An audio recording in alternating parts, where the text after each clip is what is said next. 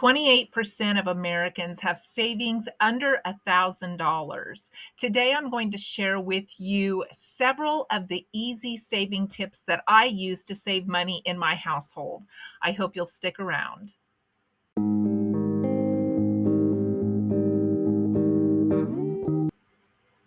I always say saving money doesn't have to be hard.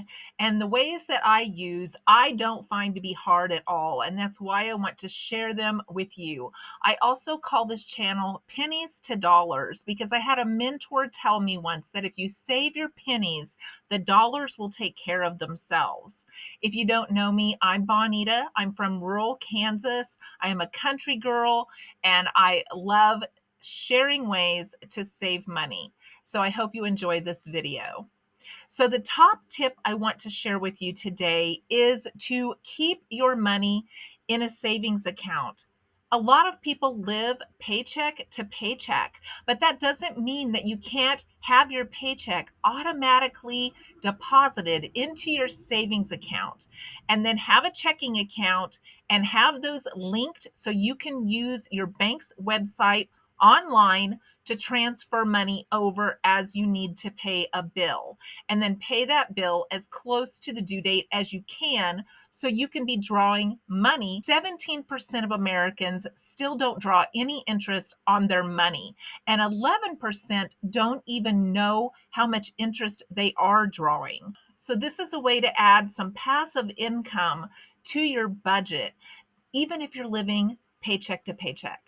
The second way is that I use loyalty cards and I use digital coupons. There's still a lot of people that don't feel the need to use digital coupons. And I think they think that it is a hassle, but it saves us a lot of money. And we're able to tap into some of those loss leader specials that they have at the grocery store, and they're only available by digital coupon. So you can just sit there while you're watching TV, while you're watching YouTube, and download those coupons so that when you go shopping, you will have those automatically applied at checkout. This is how we get a ton of our great deals. And I shop mainly sales, clearance, and loss leaders. So this is a huge tip. If you haven't set that up yet, it just takes a few minutes to set up a loyalty card and set up your online account so you can download those digital coupons. And then when I go shopping, my third tip is I don't get a shopping cart. I usually just take in a couple of reusable bags. I get the things that I know that I have to have that are perishable, and I look for other specials while I'm in there. And I try not to get more than I can carry. That way I never leave with my cart more full of things that I didn't intend to purchase to begin with. When I was in Texas wintering this year, their carts down there at Walmart had gotten bigger again. The top basket part was huge, and the bottom basket part was huge. And people were still filling those heaping.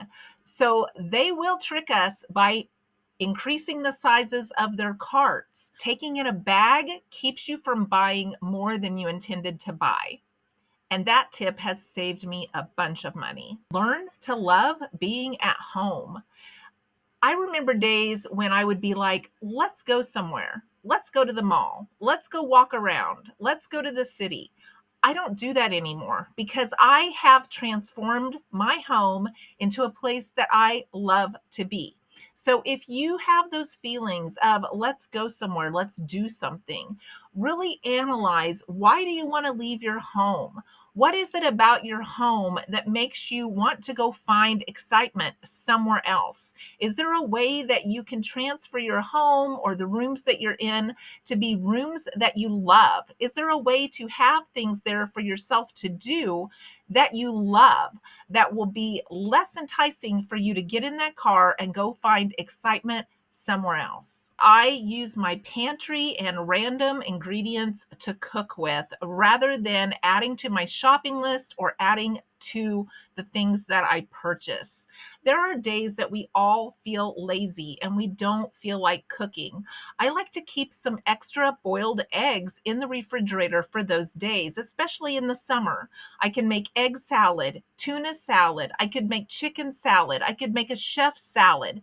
Sometimes just having those boiled eggs makes it where I can make something quick and easy without going to a lot of work or spending extra money. I use less light bulbs in my house. If I have a fixture that takes 3 light bulbs, I have one screwed in.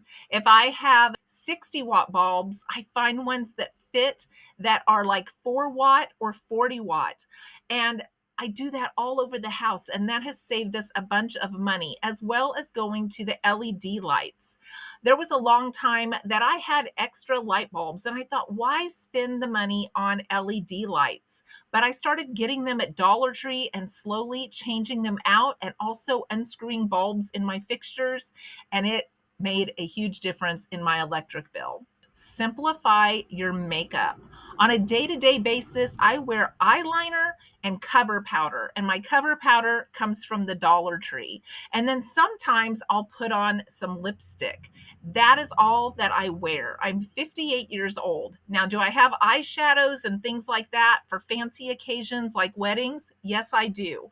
Do I keep blush and some other things like that in there? I do. But right now, I have a really good tan from the summer. I don't feel like I need any of those extra things. And some days when I'm at home and I'm not doing a video or anything and no one's going to see me, I don't put on any makeup. My husband says he doesn't even notice, and maybe he's just being kind.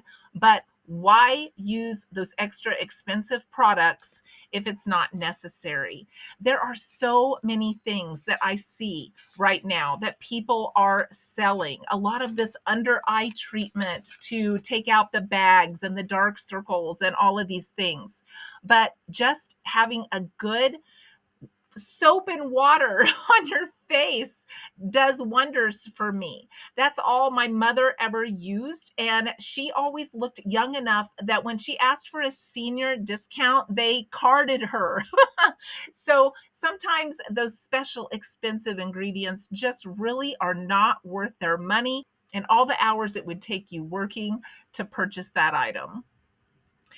Along that lines, number 9, simplify your wardrobe. When I was in Texas this winter, I found this clothing store that had shorts for about $11. I bought 2 that looked exactly alike and a third pair that was the same color but a different style.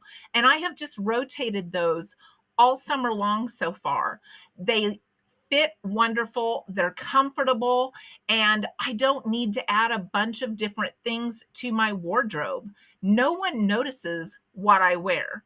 Most of the time, if I have ball games every night or I'm seeing people every night, people are more worried about what they're wearing than what you're wearing. It's the same as in high school. People were always more worried about themselves than about what you were doing.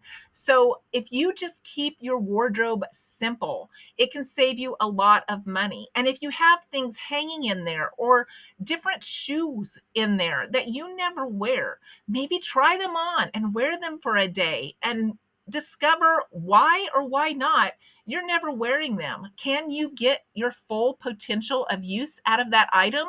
Maybe it's something you thought didn't fit anymore and now it does. Maybe it's something you thought was uncomfortable and it really isn't. Or maybe it's something that you absolutely will never wear and it's not comfortable and you can get rid of it. That way, everything you grab in your closet fits and is comfortable and you love it. It helps so much to simplify our wardrobe. It not only simplifies how much space it takes, but it simplifies our choices in the morning. We make tons of choices every single day, all day long, which add to our stress level. But if we can simplify some of our choices, it makes our days so much more manageable. And if you haven't done it yet for the summer, remember to push that little button on your ceiling fan to change the direction so you get the maximum use of your ceiling fan. Now, I don't use mine a whole lot. And that's one of my next tips is I open the windows at night when we go to bed. And when I get up in the morning, I keep apprised of the situation outside. Is it getting hot around 9, 10, 11, 12? And when it starts getting hot and I start feeling that warm air coming through the windows, I close the windows, I close the drapes, I close the back door so that the screen door isn't open, and I start running a small fan here beside my desk if I need it. Once I need it, I'll turn it on. And keep those fans clean because those fans will push out so much more air if they are clean. I also have a fan in the living room, and if it gets really hot, I can turn that on and push air into the kitchen and into my office. That side of the house stays cooler throughout the day than the west side. So I'm able to push air from the east side of the house to the west side with that fan and keep the whole house at a really comfortable temperature. I walk around here in the dark in those rooms because I'm not using those rooms, and I use the natural light to my benefit. Even with my curtains closed behind me, I still have two curtains that I can leave partially opened so I can use that natural light, that they don't have the maximum heat coming through. I also cook outside on a little table, and I have a little outlet out there that I can use for my turkey roaster, my crock pot, and it keeps me from heating up my house when I'm cooking. Now, that outlet is on a breaker, which is my next tip, and I keep that breaker shut off unless I'm going to use that outside outlet. Those outside outlets we generally only use for Christmas lights or an extension cord. And so if they are not tied to something else in our house that is important, that we need to have that breaker on, I keep those breakers off. That outlet for me happens to be tied into my 220 plug for my dryer. But as you know, I also hang my clothes on the line. So I don't use that dryer 99% of the year. So I keep that breaker shut off, which gets rid of that phantom power unless I'm going to use that outdoor outlet. I do the same thing with our window air conditioners. And I know several of you have window air conditioners or no air conditioning at all.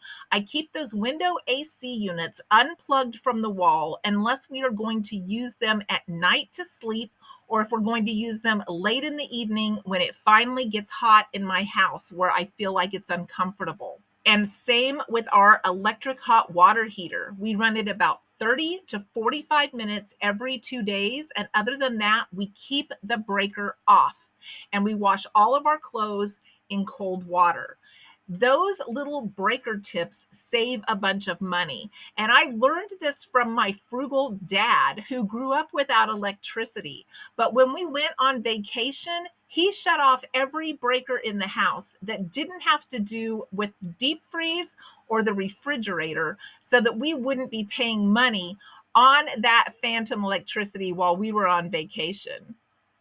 So those are some of the tips that I'm going to give you today that are easy, simple, and do add up pennies to dollars to save you a bunch of money. Please give me a big thumbs up. I would appreciate that so very much. I also have links in my description box of things that I use to save me money. And even if you click on a link and decide not to buy it and it's for Amazon, if you buy something else in the next 24 hours, I get benefit. And this helps keep this channel going. Thank you so much and have a great day.